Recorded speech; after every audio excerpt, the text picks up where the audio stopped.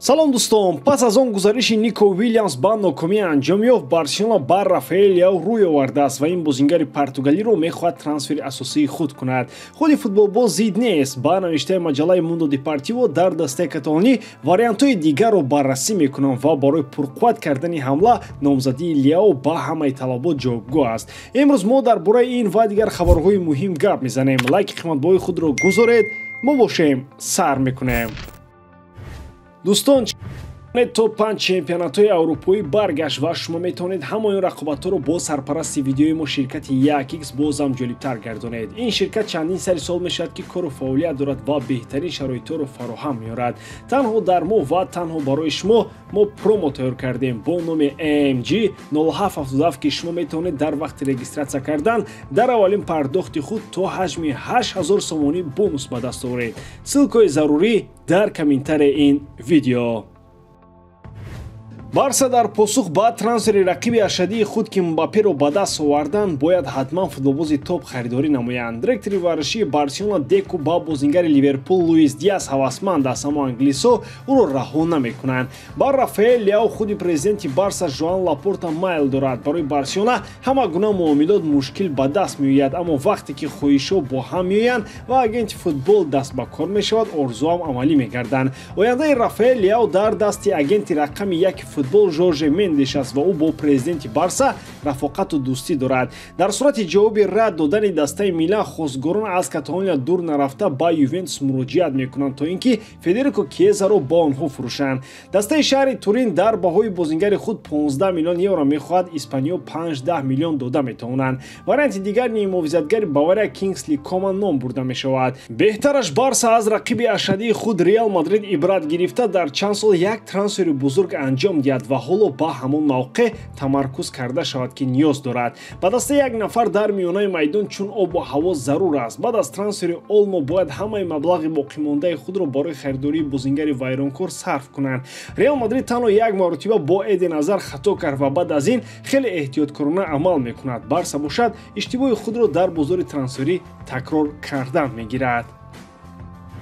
Расман Жоао Феликс ба Челси баргашт. Футболбози португалӣ тариқи иҷора мавсими 2022-23 дар дастаи шаҳри Лондон ҳунарнамоӣ карда буд. Дар аввалин бозии худ корти сурх гирифтани Феликсро мухлисони ашадии Премер-лига дар ёд доранд. Шартномаи пурра бо дастаи Челси барои 7 сол имзо гардид. Дар ин муддат бозингар метавонад 2 голу 3 ассист карда давони хейтарони худро бандад. Атлетико Мадрид ин бозингарро бо қимати 100 миллион евро харида дар охир намедонист бо ӯ чӣ кор кунад. Челси ними ин маблағро ҷуброн кард ва акнун бо хонаи либосиваскунӣ ӯро таъмин намояд. Ин ҳам муваффақият аст. Президенти Челси Тоди Бойли гӯё махсус ба ҷаҳони футбол оварда шуд ки дастаҳои дигар иштибоҳи трансферии худро ислоҳ кунанд. Барои Феликс ҳам ин як инъоми тақдир аст то ин ки фаъолияти футболбозии худро аз сар гирад. Давоми лаҳзаҳои ногувори Барса дар хабари навбатӣ инъикос ёфтааст. Илкай Гюндоган баъд аз як соли фаъолият тарки Барселона кард ва ба таври ройгон ба дастаи Манчестер Сити баргашт. Чӣ гуна ки Фабрицио Романо хабар медиҳад, футболбоз аллакай бо дастаи собиқаш то моҳи июни соли 2025 шартнома имзо кардааст. Нисбати бозингар роҳбарияти даста кори хуб накардаанд. Гюндоган дар авҷи ҳунар ва дар айни буҳронии Барса аз чизе ноҳаросида пешниҳоди каталониёро қабул карда буд. Илкай Манчестер Ситиро дар ҳоле тарк кард ки қаҳрамони ҳамешагии Англия аст ва беҳтарин дастаи дунё мебошад. Аммо барои худи футболбоз дастаи орзуҳо Барселона ба ҳисоб мерафт ва ӯ дар аввалин мавсими худ аз ҳама бозингари барқарор дар ҳаят буд. Акнун ки мураббии нав омад, ӯро аз даста ҷавоб медиҳанд ва Гюндоган бозам ҷавонмардӣ карда иҷро шудани шартҳои қарордоди худро талаб накарду аз даста рафт. Барса сазовори чунин бозингар нест.